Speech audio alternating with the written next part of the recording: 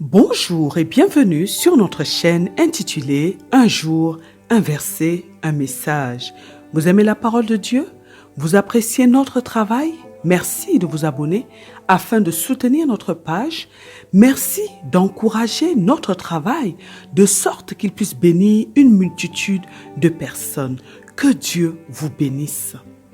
Notre passage de ce jour est tiré du livre de Genèse, chapitre 3, verset 10. La Bible nous dit, il répondit, « J'ai entendu ta voix dans le jardin et j'ai eu peur parce que je suis nu et je me suis caché. » Dans le passage d'aujourd'hui, notre Dieu, à travers son serviteur Moïse, nous parle de la première fois que le mot « peur » est apparu dans la Bible. Il nous parle de notre désobéissance qui nous éloigne de lui et qui entraîne l'action de l'ennemi dans notre vie, qui entraîne la peur dans notre cœur. Le Seigneur nous parle de notre désobéissance qui nous rend vulnérables. Et du fait que nous sommes éloignés de Dieu, nous commençons alors à nous rendre compte que nous sommes réellement vulnérables.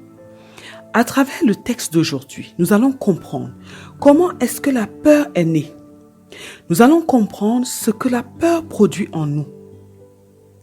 Nous sommes actuellement dans le livre de Genèse. Le livre de Genèse, qui, associé au livre d'Exode, au livre de Deutéronome, au livre de Lévitique et au livre de Nombre, constitue ce qu'on appelle la Pentateuque, qui sont des livres qui ont été, selon les traditions juives et chrétiennes, dictés dans leur intégralité, comme le reste de la Torah, par Dieu à Moïse sur le mont Sinaï. Le mot Genèse, lui, signifie origine au commencement. Et le livre de la Genèse est donc le livre des commencements, le commencement de l'histoire de l'humanité. Il nous présente la création de la terre et de toute vie à sa surface. Il nous présente la chute d'Adam et Ève et l'introduction du péché dans le monde. Il nous présente l'origine de la maison d'Israël et l'établissement des alliances par un Père céleste miséricordieux pour le salut de ses enfants. Et lorsque nous étudions ce livre de Genèse, nous comprenons mieux qui sont les enfants du Seigneur et ce que le Seigneur attend de ces enfants qui ont contracté des alliances avec lui. Moïse donc est l'auteur de la Genèse et Moïse était un prophète qui fut appelé par Dieu à conduire les enfants d'Israël hors de la servitude d'Égypte à travers le désert vers la terre promise de Canaan. Et parce que les événements de la Genèse se sont produits avant l'époque de Moïse, il n'en a pas été témoin personnellement, mais il a été informé de ces événements par révélation. Et il s'est sûrement appuyé sur des sources historiques dont il disposait. La Genèse est une introduction au livre de Moïse, comme nous l'avons dit, Genèse vient avant Exode, avant Lévitique, avant Nombre, avant Deutéronome, et ainsi, c'est une introduction à tout l'Ancien Testament. Et le livre de la Genèse rapporte des événements qui se sont produits durant les dispensations d'Adam, les dispensations d'Enoch, de Noé et d'Abraham. La Genèse est le seul récit de l'Ancien Testament à relater de nombreux événements importants, notamment la création, la chute d'Adam et Ève, le déluge et l'établissement de l'alliance abrahamique. Cependant, la Genèse ne se concentre pas sur ces périodes de manière égale. C'est-à-dire que nous allons nous rendre compte que dans le livre de la Genèse, nous allons avoir certains chapitres qui vont parler d'un certain sujet, mais qui seront plus importants que ceux qui parlent d'un autre sujet. Nous avons par exemple 11 chapitres de la Genèse qui sont consacrés à la période avant la création de la terre jusqu'à Abraham. Alors que nous avons 39 chapitres qui sont consacrés à la vie d'Abraham, à la vie d'Isaac, à la vie de Jacob et à la vie des 12 fils de Jacob. Et cette différence importante dans le texte nous donne en fait à penser que Moïse désirait informer les enfants d'Israël des alliances que le Seigneur avait contractées avec leurs ancêtres et des alliances par lesquelles Israël se joindrait donc à Dieu pour œuvrer pour le bien et toutes les nations et familles de la terre. Le récit de la vie de ces patriarches et ainsi que celui de leurs épouses illustre également bien le fait que le peuple de l'alliance du Seigneur doit être éprouvé. Et le Seigneur sera avec son peuple tant que son peuple lui restera fidèle. Aujourd'hui, nous voulons parler de la naissance de la peur. Nous voulons comprendre comment est-ce que la peur est entrée dans le monde, d'où elle est venue et de quelle manière elle se manifeste. Dans notre passage d'aujourd'hui, nous sommes donc dans le jardin d'Éden. Adam et Ève qui sont les premiers êtres humains que Dieu a manifestés sur la terre, car nous le savons, tous ont été créés le 6e jour, mais ils n'ont pas été tous manifestés au même moment. Et Dieu les a donc manifestés parce qu'ils sont le père et la mère de l'humanité. Et ils vivaient donc dans le jardin et tout se passait plutôt bien. Adam a été chargé par Dieu de veiller, de cultiver et de garder le jardin. Il a reçu des instructions de la part de Dieu. Le Seigneur lui a dit les fruits des arbres qu'il pouvait consommer avec Ève, sa femme, et il savait qu'il n'avait pas le droit de manger du fruit de l'arbre de la connaissance du bien et du mal. Jusque-là, tout se passait très bien et Adam et Ève avaient donc une belle vie dans le jardin. Dieu venait les visiter dans le jardin et il parlait avec eux et ils étaient heureux parce que, nous le savons, rien n'égale la présence de Dieu. Et ils étaient donc en sécurité, ils étaient rassurés, tout se passait parfaitement bien. Jusqu'au jour où Adam, qui devait garder le jardin, lui qui devait veiller sur tout ce qui se passait dans le jardin, ainsi que sur sa femme, va manquer de vigilance. Pendant qu'Adam est dans le jardin, le Satan qui s'est fait lui-même l'ennemi de Dieu et qui est jaloux de ce que Dieu a donné tant de puissance, tant d'importance à l'homme et à la femme, parce que, en effet, l'homme et la femme sont les seuls êtres en qui Dieu a mis une partie de lui-même. Dieu a créé les anges comme des êtres de lumière, mais il n'a pas mis une partie de lui-même en eux. Le Satan donc qui est jaloux et en colère va donc utiliser un animal, le serpent, pour approcher la femme devant son mari. Et parce que lorsqu'on nous dit que la femme donna le fruit à Adam, la Bible ne nous dit pas qu'elle est allée le trouver quelque part pour le lui donner. Non. On nous dit que Ève mangea le fruit et le donna à Adam. C'est dans le livre de Genèse chapitre 3 à partir du verset 6. La Bible nous dit ceci. La femme vit que les fruits de l'arbre étaient agréables à regarder, qui devaient être bons et qui donnaient envie d'en manger pour acquérir un savoir plus étendu. Elle en prit et en mangea. Puis, elle en donna à son mari qui était avec elle et elle en mangea elle aussi. On peut penser que Ève observait déjà ces fruits depuis. Parce que généralement, le péché, lorsque nous passons à l'acte, ça ne gêne pas tout de suite et puis on passe. Parfois, ça travaille un peu en nous. Et on peut penser qu'elle observait déjà ces fruits-là et que l'envie était là. Et peut-être même qu'elle a échangé avec son mari. Parce que pour que le mari puisse prendre le fruit comme ça sans contester, peut-être même qu'ils en avaient déjà parlé. La femme a donc vu que le fruit est agréable à regarder. Elle a mangé le fruit. Elle a observé le fruit et elle a décidé de prendre ce fruit et de le manger devant son mari. Et ensuite, après avoir croqué le fruit défendu devant Adam, elle le lui a donné, elle le lui a tendu et lui aussi l'a mangé. Adam n'a donc pas réagi. C'est important de souligner cela parce que lorsque la tentation vient devant nous, nous devons avoir une certaine attitude, un certain comportement. Si nous ne sommes même pas conscients que nous sommes en train d'être tentés, alors ça veut dire que nous sommes dans un sommeil spirituel. Or, nous avons dit qu'Adam devait veiller sur le jardin et donc sur tout ce qui se passait et sur tout ce que le jardin contenait. Voilà donc qu'Adam va prendre lui aussi le fruit et qu'il va le manger. Et dès que les deux vont manger ce fruit défendu, quelque chose va se passer en eux, quelque chose va se passer au milieu d'eux. L'homme et la femme viennent donc de désobéir à Dieu. Ils viennent de pécher. Le péché vient d'entrer dans le monde. Leurs yeux spirituels qui étaient fermés jusque-là vont alors s'ouvrir.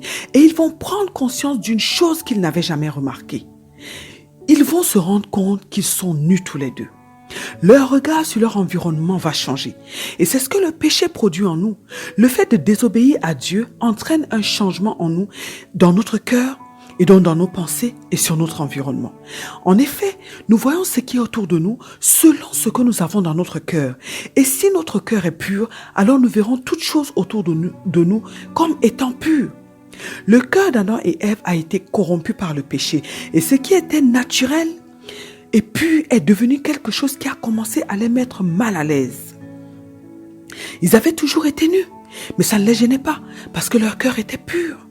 Mais dès l'instant où leur cœur a été corrompu par le péché, leur regard sur cette nudité a changé. Et la même chose s'est passée pour tout leur être. Ils ont changé. La Bible nous dit dans le livre de Proverbes chapitre 23 verset 7 ceci: « Il est tel que sont les pensées de son âme. » Une fois que notre cœur ou notre âme est corrompu, tout notre être aussi est corrompu. Parce que tel nous pensons et tel nous sommes. Une autre chose qui s'est produite à la suite du changement de leurs pensées, c'est que leur regard sur Dieu a également changé. En effet, avant, ils étaient à l'aise dans la présence de Dieu. Ils étaient heureux d'aller à la rencontre de Dieu. Mais maintenant qu'ils avaient péché, maintenant que leur cœur avait été corrompu, que leur vision avait été corrompue, ils étaient mal à l'aise avec la présence de Dieu. Ils avaient peur de Dieu. À cause de ce qu'ils avaient fait, à cause de la décision qu'ils avaient prise de s'affranchir de Dieu. Et la Bible nous dit dans le passage qui fait notre étude aujourd'hui, ceci. Nous allons commencer par le verset 9. La Bible nous dit ceci: « Mais l'Éternel Dieu appela l'homme et lui dit, où es-tu » Et le verset 20 nous dit ceci: « Il répondit, j'ai entendu ta voix dans le jardin et j'ai eu peur parce que je suis nu et je me suis caché. » Dieu va appeler Adam et la peur va s'emparer d'Adam et de Ève à cause de leur péché. Le péché a changé le regard de l'homme et de la femme vis-à-vis de leur Dieu. Avant, lorsqu'ils avaient le cœur pur, ils voyaient Dieu, un Dieu d'amour. Ils voyaient Dieu comme un être rempli d'amour, comme un père qui les aime. Maintenant, ils avaient peur de lui. Ils avaient été corrompus. Ils avaient peur que Dieu leur fasse du mal. Et la Bible nous dit dans le livre de Matthieu, chapitre 5, verset 8, ceci: « Bienheureux ceux qui sont purs de cœur, car c'est eux qui verront Dieu. » Et dans ce verset, lorsqu'on nous parle de voir Dieu, et c'est le Seigneur Jésus-Christ qui parle dans ce verset-là, il ne parle pas simplement de voir Dieu comme nous pouvons voir lorsque nous regardons un être humain, une personne, non. Notre Seigneur Jésus-Christ parle dans ce texte, il est en train de nous dire que ceux qui ont le cœur pur sont bienheureux parce que la pureté de leur cœur va leur permettre de voir Dieu tel que Dieu est réellement. Parce que leur cœur est pur, leur cœur n'est pas corrompu. Donc, ils vont voir la vraie nature de Dieu. Ce Dieu, ce Père qui est amour. Ce Père qui est allé jusqu'à sacrifier ce qu'il a de plus cher pour nous. Ils pourront voir au-delà du voile. Parce que ce monde est un monde d'illusions. Et la corruption de ce monde nous empêche de voir certaines réalités spirituelles. Mais lorsque nous avons un cœur pur, cette pureté brise le voile de la fausseté. Et lorsque nous avons le cœur pur, nous allons donc pouvoir, ce voile va quitter à cause de la pureté de notre cœur et il va nous permettre de voir les choses telles qu'elles sont. En effet, beaucoup de personnes, par exemple, ont donné leur vie à Dieu à travers notre Seigneur Jésus-Christ. Mais ces personnes voient Dieu comme une personne méchante, un père qui va les frapper s'ils commettent des erreurs. Comme une personne qui n'exauce pas ses enfants, comme une personne qui aime nous faire souffrir, qui aime nous faire attendre. Et c'est tout simplement dû au fait que leur cœur n'a pas été travaillé, leur âme n'a pas été restaurée, leur âme est encore, le voile est encore au niveau de leur âme. Parce que n'oublions pas, lorsque nous acceptons notre Seigneur Jésus-Christ comme notre Seigneur et Sauveur, nous recevons un nouvel esprit. La Bible de 2 Corinthiens chapitre 5 verset 17 dans 2 Corinthiens chapitre 5 verset 17 nous dit que si nous sommes en Christ, nous sommes une nouvelle créature. Les choses anciennes sont passées, toutes choses sont devenues nouvelles. Mais qu'est-ce qui est nouveau en nous? C'est l'esprit, parce que nous recevons un nouvel esprit. Mais notre corps est le même, notre âme aussi est la même. Et la Bible nous dit par la suite que notre âme doit être restaurée par la méditation de la parole de Dieu. Ça veut dire que le système de pensée qui est au niveau de notre âme, qui est celui du diable, puisque c'est lui qui dominait sur nous, doit être maintenant restauré par la pensée de Dieu qui est dans sa parole, parce que désormais, nous ne sommes plus esclaves du diable, mais nous sommes maintenant esclaves de Dieu, mais esclaves dans l'amour. Parce que dans le royaume de Dieu, c'est l'amour. C'est un royaume qui est dominé par l'amour. Dieu nous aime. Ce n'est pas un esclavage de domination, mais c'est un esclavage de dépendance. Parce que si nous dépendons de Dieu, Dieu prend soin de nous et Dieu fait tout pour nous. Il veille sur nous. Donc, nous comprenons donc là que le péché qui est la désobéissance aux recommandations de Dieu a corrompu le cœur et dont le regard d'Adam et Ève. Et ils n'ont plus vu les choses comme elles étaient auparavant et cela a créé la peur en eux. Et c'est donc la même chose qui se passe lorsque nous donnons notre vie à Christ, mais que notre âme n'est pas restaurée. Nous pouvons ressentir la peur même vis-à-vis de notre Dieu, pas parce que Dieu va nous faire du mal, mais c'est tout simplement parce qu'il y a un voile qui est là, qui doit être ôté. Nous devons renouveler notre pensée, renouveler notre intelligence pour adopter la pensée de Dieu, adopter l'intelligence et la sagesse de Dieu. Nous comprenons alors que c'est le péché qui nous corrompt et qui fait en sorte que nous puissions ressentir les mauvais sentiments tels que la peur, tels que l'angoisse, tels que l'inquiétude, tels que la tristesse. En fait, tous les mauvais sentiments qui viennent en fait de l'ennemi.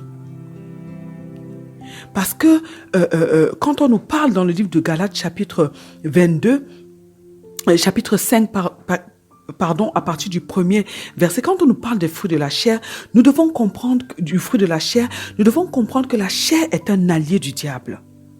Et donc, si ces choses-là sont dans notre vie, ça veut dire qu'il y a une influence de l'ennemi dans notre vie.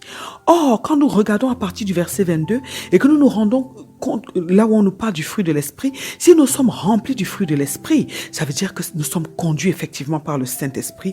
Et là, nous, au lieu de ressentir ces sentiments négatifs, nous avons plutôt ces sentiments positifs qui sont la douceur, la joie, la paix surnaturelle, vraiment tous ces sentiments qui viennent de Dieu en fait. Parce que lorsque nous sommes loin du péché et que notre âme est pure, nous allons nous rendre compte, nous allons voir toutes choses en fait autour de nous comme étant pures et nous allons nous sentir en sécurité. Alors si nous ressentons de la peur, ça veut dire que notre cœur n'est pas pur. Nous allons approfondir cette pensée par la suite en touchant d'autres versets. Nous venons donc de voir l'origine de la peur. Nous pouvons également dire que lorsque nous avons peur, alors ça veut dire que la présence de l'ennemi est proche.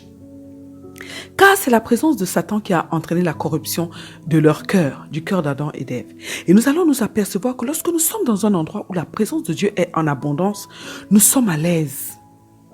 Mais si nous sommes quelque part où c'est la présence de l'ennemi qui est en abondance, nous ne pouvons pas être à l'aise. Nous allons sentir comme un feu, quelque chose de très désagréable autour de nous. Et c'est cette présence de l'ennemi qui influence certaines personnes et qui pousse les hommes à poser des actes qui ne sont pas bien.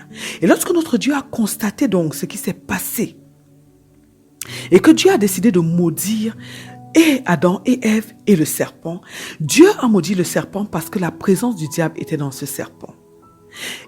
Et en effet, nous devons le savoir, nous devons vraiment être conscients que les esprits des ténèbres peuvent infiltrer les animaux pour qu'ils puissent s'en prendre aux enfants de Dieu. Et nous pouvons dire que nous devons absolument nous éloigner du péché parce que la désobéissance à Dieu, qui est donc le péché, entraîne un châtiment dans notre vie. Certes, dans la nouvelle alliance, nous pouvons nous repentir quand nous nous rendons compte que nous avons péché. Et Dieu nous pardonne si nous nous repentons sincèrement. Mais les effets, ce que nous avons créé à cause de notre péché, va être là en suspens au niveau de notre vie. C'est la raison pour laquelle nous devons avoir le péché en horreur, comme c'est le cas pour notre Dieu.